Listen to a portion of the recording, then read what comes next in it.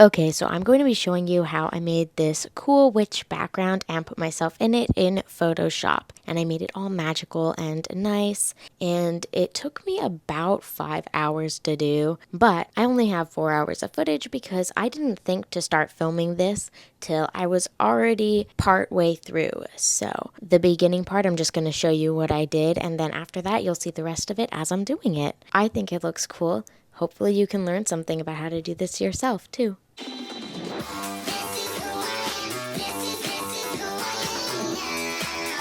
The first thing that I did was import a photo I had taken of myself and cut myself off. I've already done that, so you can see that's there. And I also took a fireball, which I just got from the internet, and put that in there. The next thing that I did is I completely coated the floor in red. And as you can see, what I'm putting myself on top of is already an image. I just got like a grotto image from the internet that somebody's drawn because I'm horrible at scaling things and stuff like that and figuring out dimensions. So I'm just using that as a reference so I can put everything kind of in the right places where I want them. I completely covered the floor in red because I use that as a reference to mask the actual material of the floor. And now I'm just going to go in there and get all the details nice and done. Just slowly coloring in all of the floor. The next thing I did was I went into a vanishing point and made a grid that I would put the floor onto, and then I got the image that I wanted for the floor and put that down. I wanted to make the floor image, the texture that I used, a lot smaller and repeat it throughout the floor, but for some reason Photoshop was just not cooperating with me and I couldn't do that. So I just had to keep the texture really big, which is fine. I think it worked out pretty well in the end. I think the photo looks cool. I'm just a little annoyed because I really wanted it to be smaller, finer details compared to just like the big stone slabs. But you take what you can get. I love technology, but sometimes I hate it. It's probably not the technology. I don't know what I'm doing. I've used a vanishing point maybe twice before this, so that is still very new to me and I'm definitely still learning. And then again, you see that the red is coming back into play, and I'm using it to mask out the floor so you can see where the stones go. I took away the red and it's really nice. And then the next thing I did was I changed the coloring because I didn't want that to be the coloring of the floor. So I went and linked the layer for the coloring onto that and just adjusted it till it was something that I liked better. You can see the red is coming back because I'm once again using it to create a mask. However, this time it's not for the floor, it's for the crystals. The next thing I did was import a crystal texture. So I went ahead and took that and then resized it to get the sort of effect I wanted. And I put that over all of the barnacles. I'm not really sure what they are, but I just went ahead and covered all those things coming out of the ground with that texture because I wanted them to be crystals. And when I had all of the different crystal images on top of each other to fill the space, I then went in on all of the edges and just faded them out so that everything would look like it matched. And to finish off the crystals, I went ahead and gave them a nice glow effect because, crystals glow, obviously. Who didn't know that? Pfft. This is a witch's cavern, okay? I'm making my crystals glow. Next up in creating this masterpiece is the wall. So I went ahead and used the same technique as I used for the crystals for the wall. I put in the texture, completely covered the area where I wanted it, used the red to mark out the wall, used that as a mask for the stone, and went into all of the stone pictures and cleaned up the edges by having them fade into each other so it all looked cohesive. And then, of course, I changed the color to make it nice and dark and moody like the rest of this place. For the next step, I got some skulls and moved and rotated them so that they didn't all look the same, which is a very important step because if you just copy and paste them and they all look exactly the same, it makes the entire image look a lot less nice and a lot less realistic. And I just use them to replace whatever that clunky stuff is at the top where the things are coming down from. And then, just like everything else, I went ahead and adjusted the coloring until I was happy with it. Next, I grabbed some other bones and put those in. So I got some femurs, which is a leg bone, and I got some spinal columns, and I used those to replace whatever those things that are coming down are called. They're either stalactites or stalagmites, I think, but I'm not sure which. One comes from the top and one comes from the bottom, but I never remember which is which. And then, as you can see, when I was going to adjust the color, I had some issues because I used pictures that had a black background, which is fine because you can just set it to lighten and the background will disappear. But when I was adjusting the colors, it would also adjust the black background. So it took me some time to go in and then fix that. Next, I wanted to make some magical rope type thing that went around all the bones and connected them as if they were being strung up with magic. But no matter how many times I tried to work with it, I just couldn't get it to look right, and I don't really know why.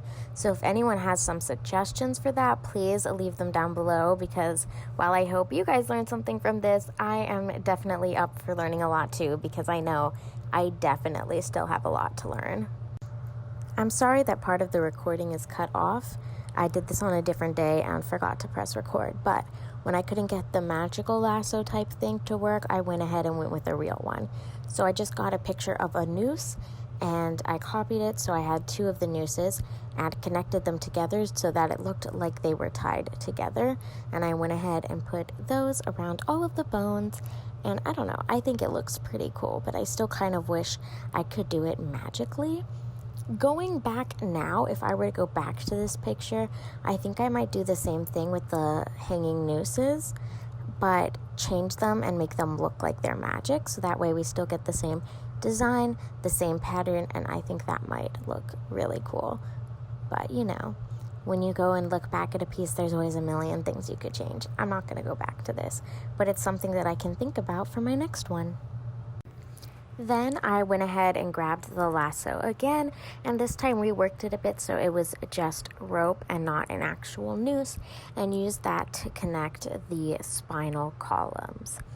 I like the way it turned out, and I reworked the colors a little bit on that as well as the nooses on the other bones, and I have regrets watching this back now. I made everything gray.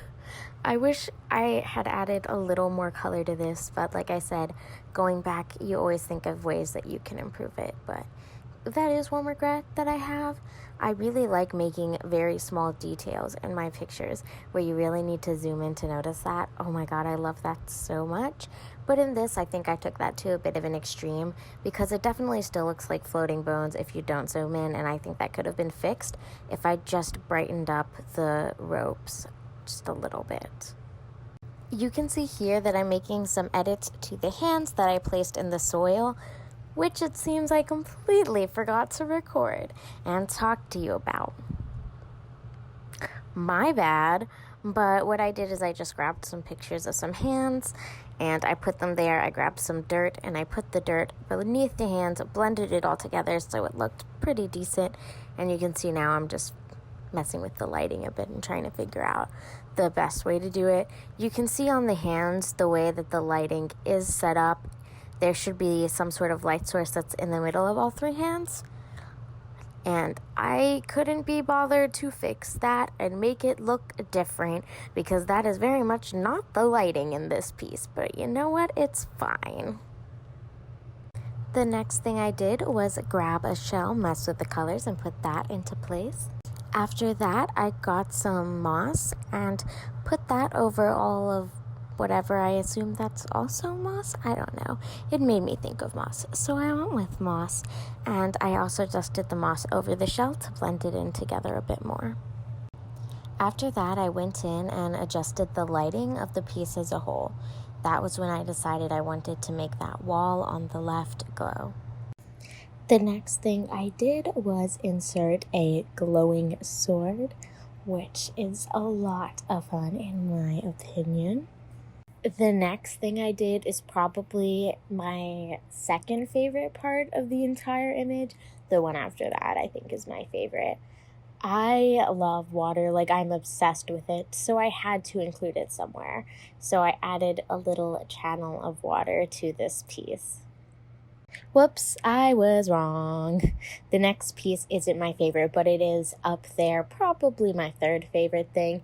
I added a night sky kind of universe nebula type thing to the back and added some awesome lighting to make that a light source for the place. Okay, now we're on to my favorite, the wet rock wall. I just love the way it looks, all like slimy and wet and shiny. I say that as if it's me, like I did that, but I didn't do that. I got a wet rock texture, but I just love the way it looks, so it's still my favorite. The next thing I did was get the texture for my glowing wall, and oh my god, isn't that a beautiful purple? I love it so much. But there were already blue vibes from the water and from the space thing, light source thing.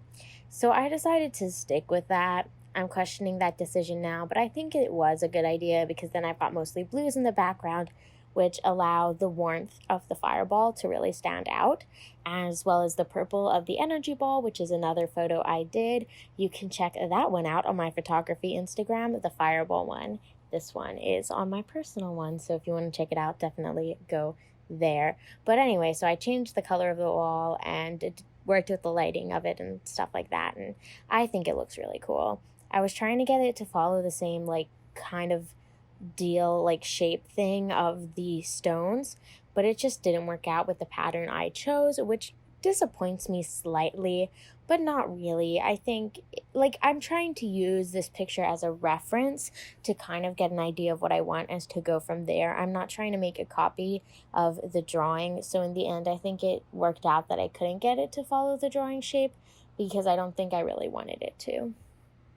After going in and making the crystals glow, which I think I have some regrets about now because it just makes them look like white blobs. You can't really see the crystal texture anymore.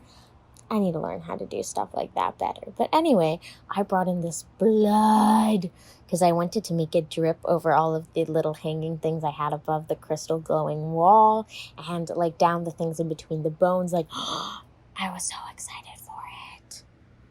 As you can see, unfortunately, I ended up not liking the blood. It just wasn't working like I wanted it to.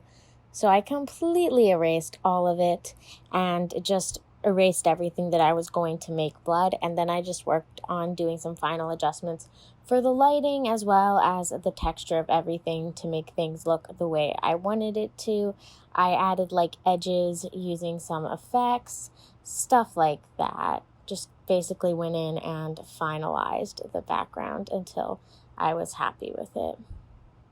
Well, the part of it that was already there, of course. As you can see, there's still some stuff that I haven't done yet, but I just wanted to really finalize. I guess I was really finalizing the glowing wall because I mainly just stuck with things that were right around there. After I was done with that, I went ahead and added a marble texture to that one segment of wall that I wanted to be a different texture. And if you think that it looks hideous, don't worry because I agreed. You will see that I change it. So I ended up replacing that stupid marble with, I think this is like a granite type thing. Is that granite? I do not know rocks. All I know is I think it looks cool. I think it matches with the other rocks in the picture, but looks different enough that it looks different. Not that you can even tell that it's different at all unless you actually zoom into the image, which, like I was saying, I make way too many tiny edits like that. But I love them, so I'm never going to stop. Yay, the background's finally done! That was the last thing, so now I have put me into the picture and I'm working on the lighting from the fireball to make it like blend and just really look cool, look, I guess, natural. the lighting and just generally the fireball in general. I say natural, but none of this is natural. Like, this is magical, so magical, which is what I was going for. I wanted it to look like realistic lighting anyways, and I'm still learning lighting. I feel like I know nothing about lighting, so if you want to teach me lighting, teach me lighting. I'm taking a photography internship over the summer, and hopefully I learn something about lighting from there, because I have no clue how lighting works.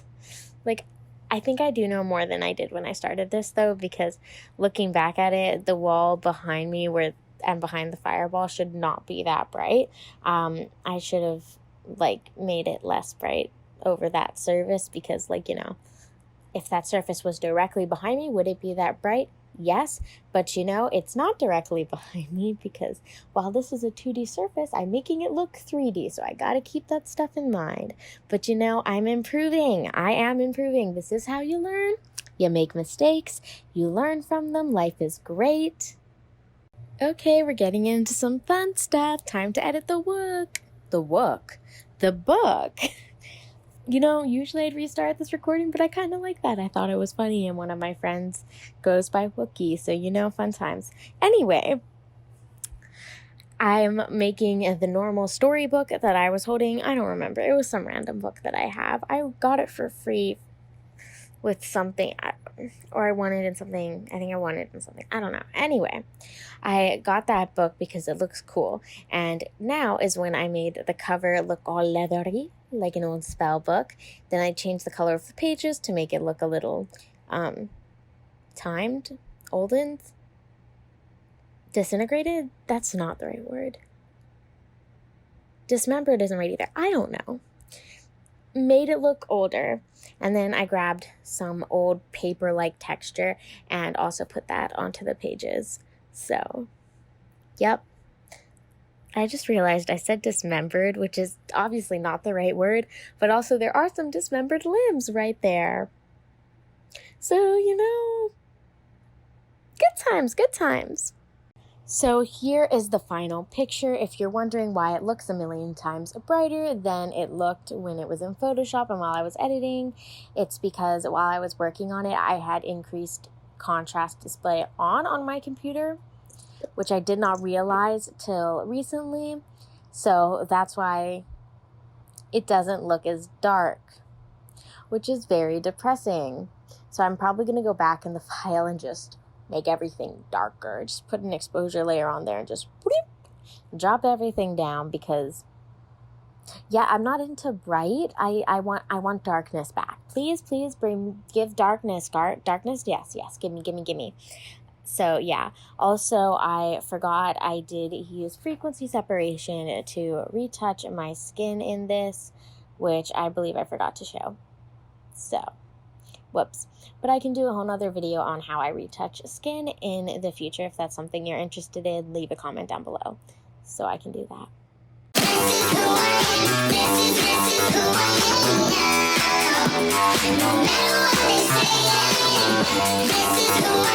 This is who I am.